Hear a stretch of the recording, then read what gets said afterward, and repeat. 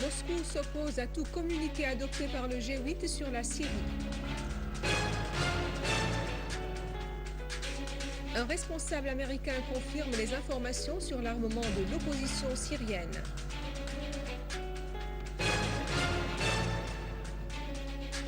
Un mort et des blessés dans la reprise des accrochages à Tripoli en dépit du déploiement de l'armée.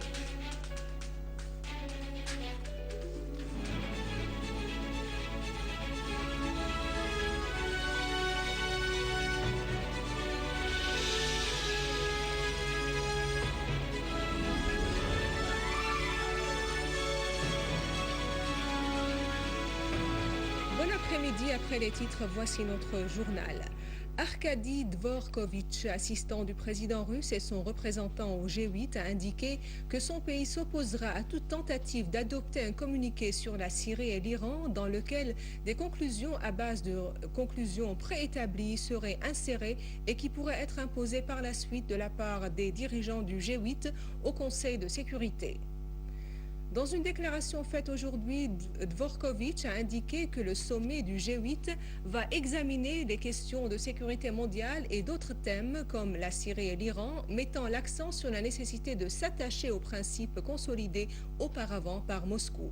Le G8 doit en principe adresser aux différentes parties en Syrie des signaux sur l'impératif d'agir d'une manière pacifique, soulignant que l'accord sur la formulation d'une position du G8 à l'égard de la Syrie n'est pas encore prêt. D'autre part, à Alep, 32 citoyens dont les mains ne sont pas entachées de sang des innocents impliqués dans les récents événements ont été relâchés après s'être livrés aux autorités compétentes avec leurs armes. Les personnes relâchées se sont engagées à ne plus porter des armes ou prendre part aux actes de sabotage ou d'atteinte à la sécurité du pays. Avec ces gens mis en liberté, le nombre des personnes relâchées a atteint les 6000. Les terroristes armés poursuivent leurs crimes en visant les forces de l'ordre et les civils et en attaquant les biens publics et privés. À Homs, un élément des forces de l'ordre, Hussein Ibrahim Charbo, est tombé en martyr par les tirs d'un sniper près de l'ancienne horloge. Une source à la préfecture de Homs a indiqué que le citoyen Muntajab Abdellatif, 35 ans, et Ma'an Abou, 39 ans, et son fils âgé de 9 ans, habitant du quartier de Zahra, ont été blessés par les fragments de 2 obus de mortier lancés par des terroristes armés depuis le quartier de Khaldié. À Daraa, des terroristes armés ont lancé des roquettes RPG sur le quartier de Nazihin. Une fillette âgée de 3 ans est tombée en martyr dans cette attaque et 16 citoyens ont été blessés, dont certains grièvement. Des terroristes armés ont en outre assassiné Cheikh Moussa Ahmed Oudé après avoir investi sa maison dans le village de Zayzoun. À Alep, des terroristes armés ont tué hier l'ingénieur Hassan Al-Ali au moment où il se rendait à son travail. Un des collègues de l'ingénieur Al-Ali a été blessé dans cette attaque. Les services spécialisés ont réussi avec la coopération des habitants de Chammas dans le gouvernorat de Homs à intercepter un camion-citerne chargé d'armes, de munitions et d'explosifs avant qu'il n'atteigne Damas. Le chauffeur du camion a été arrêté. De même, une voiture chargée de meubles en route vers Kefraya et Sultaniye a été interceptée. Des mitrailleuses et des lances RPG, des munitions et des bombes artisanales ont été saisies à bord de cette voiture.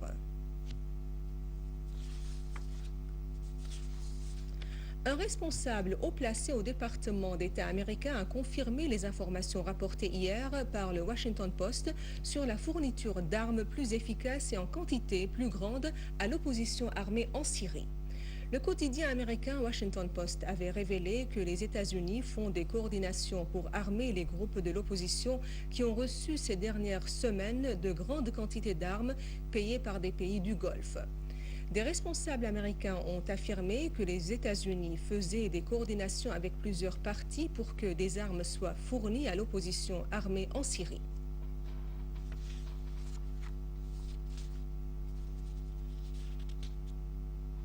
Les observateurs internationaux poursuivent leur tournée dans les gouvernorats syriens pour s'y informer de la conjoncture. Une délégation des observateurs s'est rendue à Tartous et y a rencontré le gouverneur avant de visiter l'hôpital Al-Bassel où les observateurs se sont entretenus avec nombre de ses employés. À Alep, une autre délégation d'observateurs s'est rendue sur les lieux de l'assassinat de l'ingénieur Hassan Al-Ali par des terroristes armés sur la route Alep-Raqqa. La délégation a également visité le commissariat de la police de Hamadaniye et l'hôpital militaire à Alep. Et à l'attaquer, une délégation des observateurs a rencontré le gouverneur de la ville. D'autre part, des sources militaires italiennes ont affirmé hier que 5 observateurs italiens, dont une femme, sont arrivés avant-hier à Damas pour s'intégrer à la mission d'observation onusienne en Syrie. Le chef d'état-major adjoint italien avait déclaré il y a quelques jours que l'Italie a mis à la disposition de la mission onusienne en Syrie, en général, 17 observateurs. Sur un autre plan, la commission judiciaire centrale a donné ses directives à la sous-commission à Idlib pour enquêter sur l'attaque qu'avait subie mardi dernier une équipe d'observateurs internationaux à Khan Sheikhoun dans le gouvernorat d'Idlib. La commission centrale a demandé d'être fournie des résultats de l'enquête dans les plus brefs délais. Et au Liban, une personne a été tuée et plusieurs autres ont été blessés à la suite de la reprise des accrochages dans la ville de Tripoli au nord, en dépit du déploiement de l'armée à travers des zones de tension. Selon les sources sécuritaires, les armes légères et des grenades ont été utilisées dans ces escarmouches.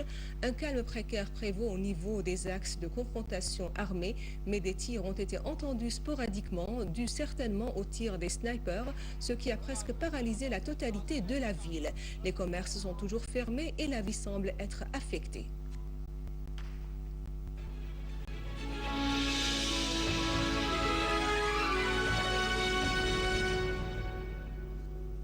Et dans notre rubrique Art et Culture, et sous les auspices du ministre de la Culture, l'exposition de l'artiste Boutros El Maari a été ouverte à la galerie Tajaliyat à Damas sous le thème Prémices au temps de loisirs.